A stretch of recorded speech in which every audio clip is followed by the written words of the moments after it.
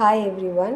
இன்றைக்கி கத்திரிக்காய் முருங்கைக்காய் புளிக்குழம்பு எப்படி பண்ணலான்னு பார்க்கலாம். அதுக்கு நான் ஹேண்ட்ஃபுல் ஆஃப் சின்ன வெங்காயம் பொடியாக சாப் பண்ணியிருக்கேன்.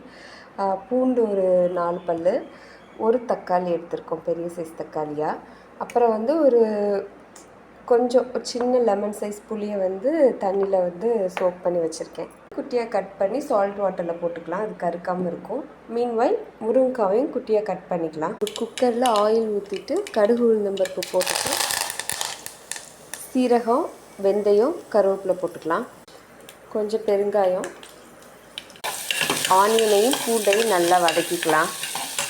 தென் ஃபைனாக சாப் பண்ணியிருக்க டொமேட்டோஸ் ஆட் பண்ணிக்கலாம். 2 ஸ்பூன் மல்லிப்பொடி, 2 ஸ்பூன் மிளகாய் பொடி போட்டுக்கலாம், மஞ்சள் பொடி போட்டுக்கலாம், தேவையான அளவு உப்பு, அதோட புளி தண்ணி, விசில் திக்கான கோகோனட் மில்க் ஆட் பண்ணிக்கலாம்.